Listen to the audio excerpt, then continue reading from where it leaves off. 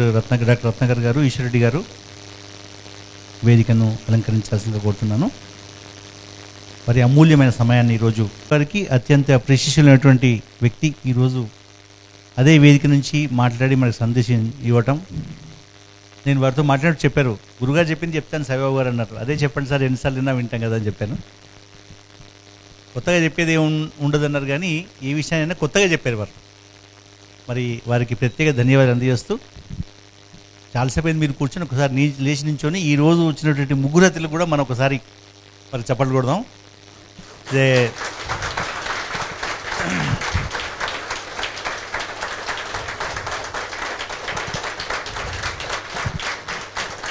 Thank you. Is a standing ovation to all. Cell phone మోగదు, ఎవరు బయటకు వెళ్ళరు. అలా ఈరోజు ఈ త్రయం ఇక్కడ రావటం, మనం ఉద్దేశించి మాట్లాడటం చాలా గొప్ప విషయం. వారిని బాబా శేషవస్త్రంతో సన్మానించుకోవటం మన అదృష్టం. కాబట్టి ఒక 10 నిమిషాల్లో ఈ కార్యక్రమం పూర్తవుతుంది. కాబట్టి అందరూ కూడా దయచేసి కూర్చొని వారిని బాబా శేషవస్త్రంతో మనం సన్మానించుకున్నప్పుడు, బాబా శేషవస్త్రం వారికి ఇచ్చినప్పుడు అది కన్నుల పండుగ ఉండేటటువంటి దృశ్యం, అది చూడటం కూడా గొప్ప విషయం. ఈరోజు మనకు ముఖ్య అతిథిగా వచ్చినటువంటి వ్యక్తి N Eswarreddy garu. Is working as the senior vice president law in messrs biological E Limited, a very reputed Hyderabad-based pharmaceutical and vaccine manufacturing company in India. Eswar Reddy గారి సంస్థ మ్యానుఫ్యాక్చరింగ్ చేస్తే రత్నాకర్ గారి సంస్థ దాన్ని వాడుకుంటుంది. Serving in BE for the last 26 years, graduated in law from Andhra University, strongly believes in that human values, ethics and morals do constitute the foundation of human society. Believes that all religions are only varied expressions of oneness. Believes that all holy books, Vedas, Upanishads, Bhagavad Gita, Holy Quran, Holy Bible, Holy Tripicates, etc. shall be read by one and all for evolving completely a human being. వారికి కొన్ని ప్రత్యేకతలు ఉన్నాయి. ఒక సంస్థలో ఒక responsible పర్సన్గా ఉంటూ కేవలం తనకిచ్చినటువంటి కార్యక్రమాన్ని నిర్వహించడమే కాకుండా సంస్థలో ఒక పిఆర్ఓగా ఏ వ్యక్తికి ఎలాంటి అవసరం వచ్చినా ఆదుకోవడానికి నేను ఉన్నాను అన్నట్టుగా, కేవలం ఒక లా ఆఫీసర్గానే కాదు అందరికీ ఆత్మీయుడిగా ఉండేటటువంటి వ్యక్తి ఈశ్వరెడ్డి గారు. ఆయన ప్రతి ఒక్క ఉద్యోగస్తుడికి శ్రేయోభిలాషి. ఏ ఉద్యోగస్తుడి, ఏ క్యాడర్లో ఉన్న వ్యక్తి అయినా సరే ఈశ్వరెడ్డి గారి దగ్గరికి వెళ్తే, అది పర్సనల్గా అయినా సరే, అఫీషియల్ అయినా సరే, ఫ్రెండ్లీ సజెషన్ అయినా సరే, వెళ్ళి నిర్భయంగా కూర్చొని మాట్లాడేటువంటి వ్యక్తి. నాకు ఎన్నో పర్యాలు నాకు వచ్చినటువంటి సమస్యలను వారితో చర్చించడం ద్వారా నా సమస్యలు పరిష్కారం అయ్యాయి. అయితే వారికి ఉన్నటువంటి ఒక విశిష్టమైనటువంటి వ్యక్తిత్వం ఏంటంటే, ఆయనతో పరిచయంలోకి వచ్చినటువంటి ఏ వ్యక్తి అయినా సరే, ఒకసారి ఈశ్వరెడ్డి గారి ఫోన్లోకి వస్తే ఆ వ్యక్తి ఏమనుకుంటాడంటే, ఈశ్వరెడ్డి గారు నా వ్యక్తి, నాతో ఉన్నంత చనువుగా, నాకు ఇచ్చినంత టైం కానీ, నాకు ఇచ్చిన టాలెంట్ కానీ, నన్ను చూసుకున్నంత బాగా కానీ ఇంకెవరు చూసుకోడు, అంత బాగా చూసుకుంటున్నానని ప్రతి ఒక్కరు అదే అనుకుంటారు. గోపికలందరూ కూడా శ్రీకృష్ణుడు నావాడే అనుకుంటారు కదా, అలాగే వారికి పరిచయమైనటువంటి ప్రతి వ్యక్తి కూడా ఈశ్వరెడ్డి గారు నా వ్యక్తి, నా సొంతం అనుకుంటారు. నిజం కూడా ఆయన దగ్గరికి వెళ్ళిన ఏ వ్యక్తి కూడా డిస్సాటిస్ఫాక్షన్తో మళ్ళీ వెనక్కి రాడు. ఇంకాసేపు కూర్చుంటే బాగుంటుంది అనుకుంటాం, కానీ వారికి చాలా అత్యున్నతమైన రెస్పాన్సిబుల్ పోస్ట్. సంస్థ, నేను కూడా చెప్తాను, సంస్థ మనపైన డిపెండ్ అవ్వాలి. మన సంస్థ పైన డిపెండ్ అయితే ఏ రోజైనా వాళ్ళు వెళ్ళమనొచ్చు. కానీ సంస్థ కనుక మనపైన డిపెండ్ అయితే సంస్థ మనల్ని ఎప్పుడు పొమ్మనదు, మనం వెళ్తామని కూడా వాళ్ళు వద్దంటారు. అటువంటి వ్యక్తి ఈశ్వరెడ్డి గారు. వారి సందేశాన్ని ఇవ్వాల్సిందే కోరుకుంటున్నాను. రత్నాకర్ గారు చెప్పినట్టుగానే సాయిబాబా గారు ఏం చెప్పారో అది మీరు నమ్మొద్దు.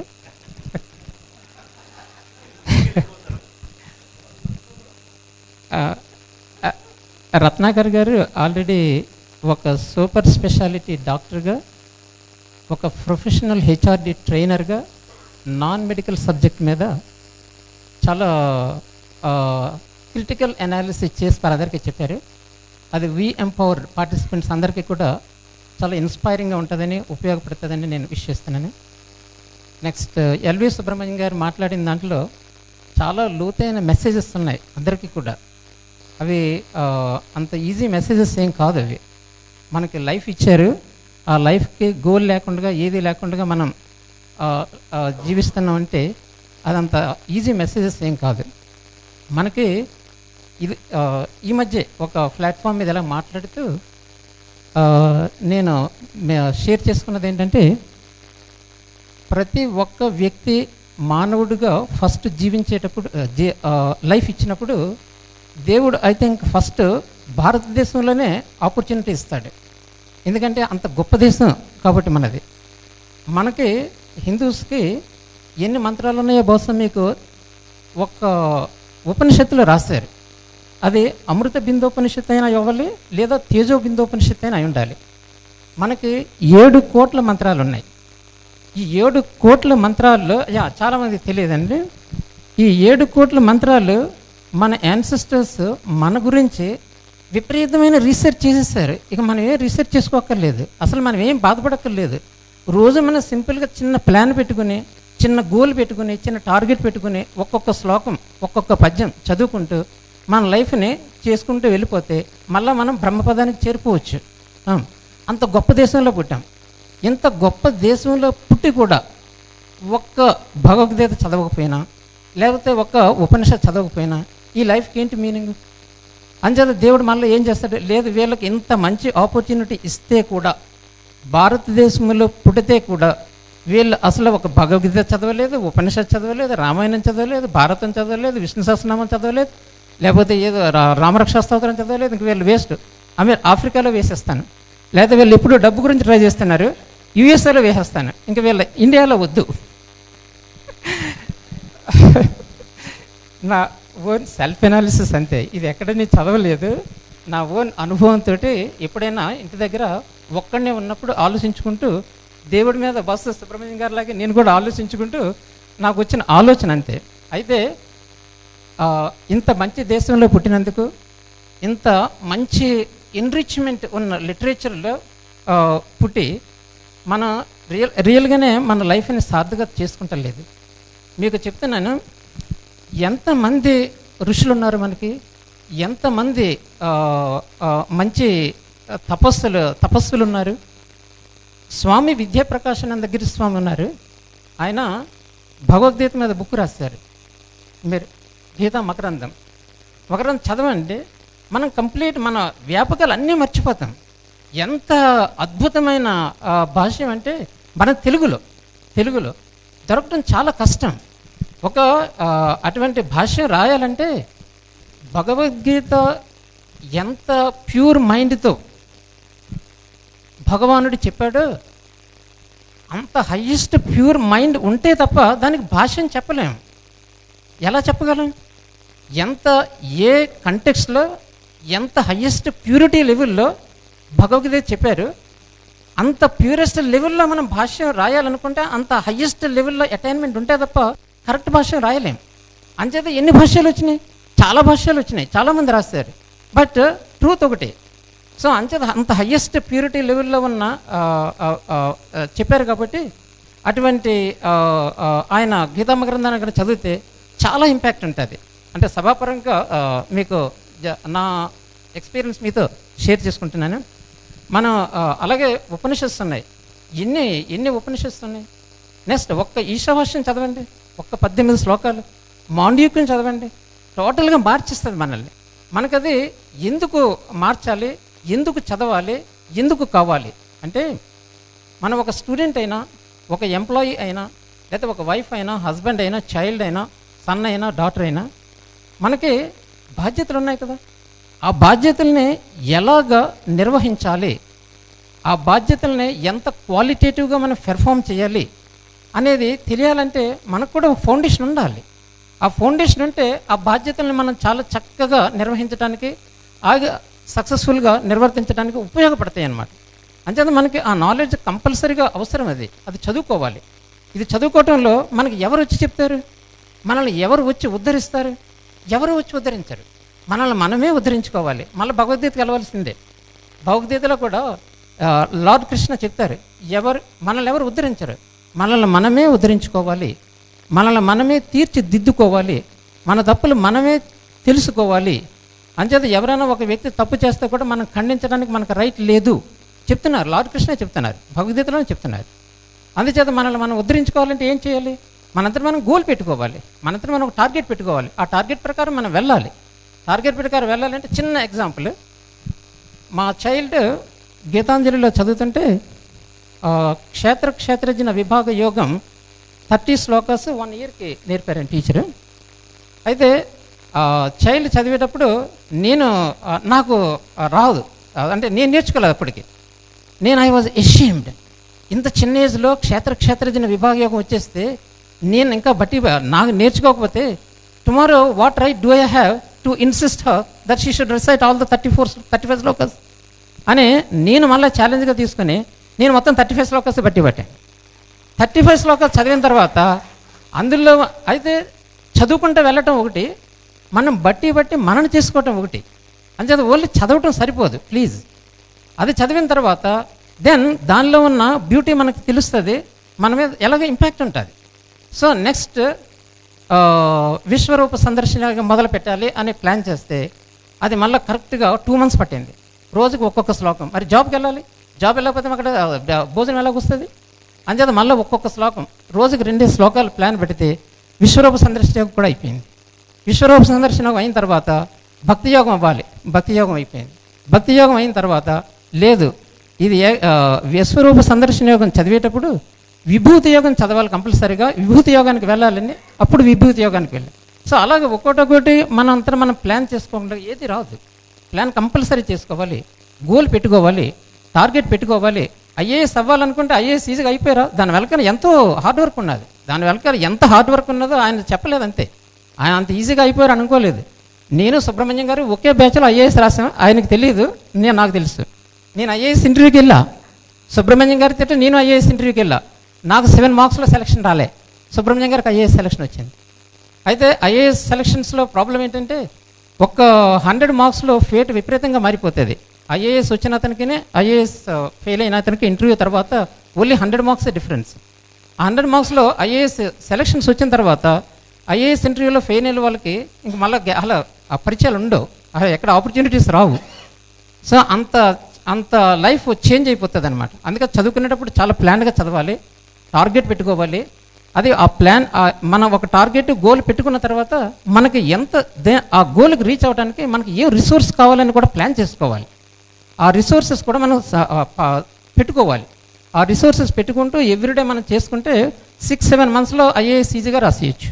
6-7 months అయితే మళ్ళీ గోయింగ్ బ్యాక్ టు భగవద్గీత, మన విజయప్రకాశానందగిరి స్వామి గారు శ్లోకంలో రాస్తూ మనం ఢిల్లీ వెళ్ళాలి, చెన్నై వెళ్ళాలి, 1 రోజు 2 రోజుల ముందు నుంచి అన్ని బట్టలు, బుక్స్, లేకపోతే ఇవి డబ్బు అన్నీ పెట్టుకోవడానికి ఎంత తయారవుతాం? ఈ చిన్నదానికే అంత తయారవుతుంటే నెక్స్ట్ లైఫ్కి ఎన్ని ఉంటాయి మనకి? దాని గురించి ఎవరైనా ఆలోచిస్తున్నామా? ఏమన్నా చేస్తున్నామా అని క్వశ్చన్ వేస్తున్నారు ఒక దాంట్లో. అంటే ఎంత చేయాలో చేయవలసింది చాలా ఉంటుంది. అంటే జస్ట్ ఈ ఒక చిన్న ఎగ్జాంపుల్ పెట్టుకుని ఇమాజిన్ చేయండి, మన వల్ల ఏమైనా చేస్తున్నామా? మనకు భారతదేశంలో పుట్టినందుకు దేవుడు ఇచ్చిన ఆపర్చునిటీకి మనం రియల్గా అతను కృతజ్ఞత చెప్తున్నామా లేదా ఆలోచించండి. Thank you so much for giving this opportunity. 2014 at Satsai Nigamagamam. దానికి కావలసినటువంటి ఫార్ములేషన్స్, అంటే ఈ వ్యాక్సిన్ ఫార్ములేషన్స్ లాగా కాకుండా అది ఉద్భవించడానికి సరిపడేటువంటి సహాయ సహకారాలు ఇచ్చినటువంటి వ్యక్తి ఈశ్వరెడ్డి గారు. దానికి ఎలాంటి బైలాస్ ఉండాలి, ఎలాంటి ఎయిమ్స్ ఉండాలి, అంటే ఆబ్జెక్ట్స్ ఉండాలి, అది ట్యాక్స్ పాయింట్ ఆఫ్ వ్యూ ఎలా సెట్, ఇవన్నీ వారు తయారు చేసి ఇచ్చి అది ఎంత ఫార్మేషన్ అయిన తర్వాత వారు ఒకసారి మా ఆఫీస్ వారు తెలుసు, వారి ఆఫీస్ నాకు తెలుసు, నా మేలుగోరు వారి దగ్గరికి వస్తుంటారు, నా మేలుగోరు నేను వారి ఆఫీస్కి వెళ్తుంటాను. వారు ఆఫీస్కి వచ్చి కూర్చున్నారు. కరెంటు పోయింది, నేను ఆఫీస్ రూమ్లో లోపల కూర్చుని ఉన్నాను. కరెంట్ వచ్చేదాకా కూర్చుని బయటకు వచ్చి చూస్తే సార్ కనబడేది. సార్ మీరు వచ్చారు లోపల అంటే కరెంట్ పోయింది కదా అన్నారు. ఒక చెక్కు 25,000 చెక్కు విఎం పవర్ ఇంటర్నేషనల్కు ఒక మెంబర్గా దానికి చెక్ రాసి ఫామ్ ఫిల్అప్ చేసి ఫోటో పెట్టి అని తెచ్చి అక్కడ పెట్టుకుని కూర్చున్నారు. అంటే నా కోసం, నా మెయిల్ కోసం వచ్చినటువంటి వ్యక్తి నా కోసం వెయిట్ చేయడం ఎంత బాధ కలిగించిందంటే దట్ అల్టిమేట్లీ మనకు ఒక సిన్సియర్ టు ద కోర్, అంటే తన చెప్పి ఫోన్ చేసి నేను రావయ్యా అని పిలవచ్చు కదా, తన నా దగ్గరికి వచ్చి అట్లాంటి సహాయ సహకరించినటువంటి వ్యక్తి ఈరోజు మీకు బహుశా ఐఏఎస్ రాకపోవడానికి ఒకే కారణం ఏంటంటే సార్, మీ సంస్థ పుణ్యం చేసి ఉంటుంది, మీరు పనిచేస్తున్న సంస్థ. వారు మాకే కావాలి. చాలా క్రూషియల్ డిపార్ట్మెంట్లో ఎన్ని ఒడిదొడుగులు వచ్చినట్టు కూడా తట్టుకునేటువంటి శక్తి ఈశ్వరుడి గారికి ఇచ్చారు. కాబట్టి ఈరోజు వారి సంస్థ బలపడింది. ఎన్నో రకమైనటువంటి ఇబ్బందులు వచ్చినా వాటిని గెలిచి తను ముందుకెళ్ళగలిగారు. కాబట్టి వారికి ఈ సభ తరఫున తెలియజేస్తున్నాను. ఈరోజు ముగ్గురు కూడా బ్రహ్మశ్రీ చాగంటి కోటేశ్వరరావు గారు అంటే వారికి చాలా ఇష్టం. వారిని నమ్ముతారు, వారు చెప్పింది పాటిస్తారు. అందరం వింటాం కానీ వారు పాటిస్తారు. గురుగారు హైదరాబాద్కి వచ్చినప్పుడు వారు అడిగేటువంటి ప్రశ్నలు 3. ఇప్పుడు సుబ్రహ్మణ్యం గారు ఎక్కడ ఉన్నారంటారు అని ఒక మాట క్యాజువల్గా. ఇంకాస్త దూరం వెళ్ళిన తర్వాత ఈశ్వరుడు గారు బాగున్నారా, రంద గారు క్లాసులు తీసుకుంటున్నారా, ఇలా అంటే 3-4 పేర్లు తీసుకునే దాంట్లో వీళ్ళు 3 ఉంటారు ఖచ్చితంగా. మేము చేసే జర్నీలో ఒక హాఫ్ అన్ అవర్ జర్నీలో వారు 3 పేర్లు ఉంటాయి. నాకు సంతోషకర విషయం ఏంటంటే ఆ 3 కూడా ఒకే రోజు ఒకే వేదిక పైన మాట్లాడడం అనేది చాలా గొప్ప విషయం. ధన్యవాదాలు సార్.